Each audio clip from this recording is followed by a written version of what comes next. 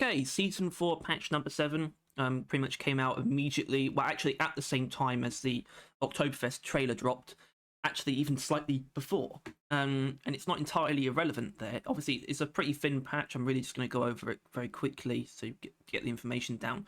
Another round of fixes, this time for stuck enemies.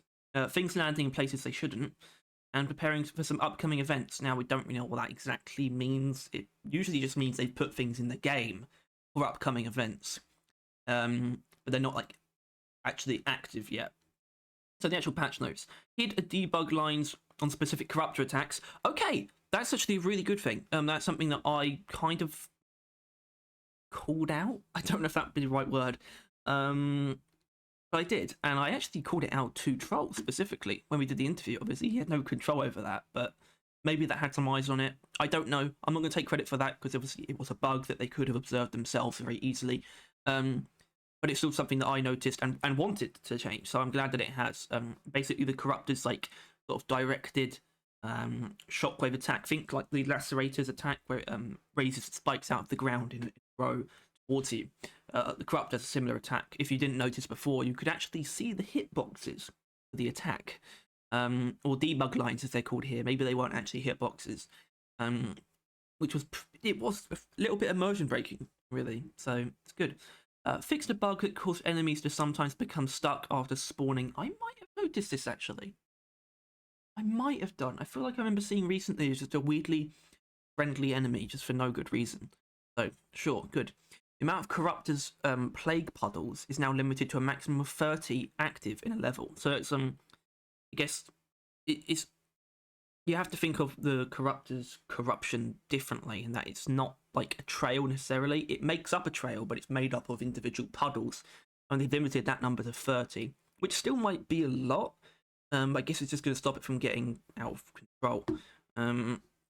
Fixed a bug that caused the meteor warning sound to not be played with clients. Fine.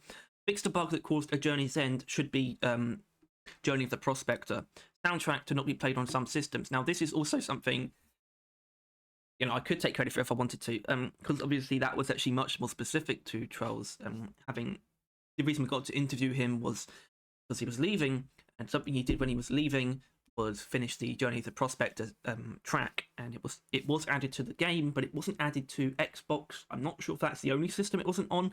It might have been the Microsoft version. It might have just been consoles. We're not sure. All I know is that it wasn't playing on Xbox. We hadn't heard it after dozens upon dozens of games, hours upon hours of gameplay since Season 4 launched. So I was pretty convinced, and it's good to know that we were right. It wasn't in the game, and now it is. I hope to hear it very soon. So that's brilliant. Fixed a bug that caused liquid Morkite wells and machine events to sometimes spawn too close, blocking the well access. Can that even happen? Because it has to be really close. Like a Tritolite actually spawning the... Yeah, I guess that can happen. I haven't seen it myself, though, but good.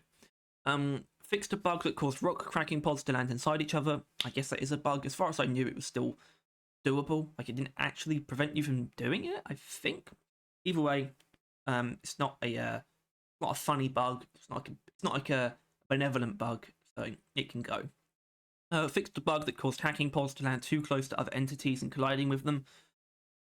That's good. Maybe you can have them land in the open, like right next to the deposits.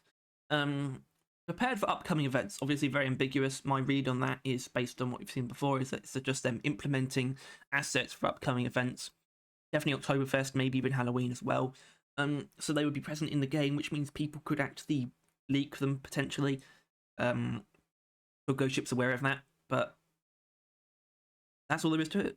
So there's actually some good stuff in here. Specifically, I think the debug lines on the corruptor attacks and the Journey of the Prospector track for consoles as well. And also just sort of limiting the number of corruption puddles it can create. So there's actually some decent stuff in here. Very small patch, of course, but I'll take anything. I really will. So that was Season 4, Patch 7.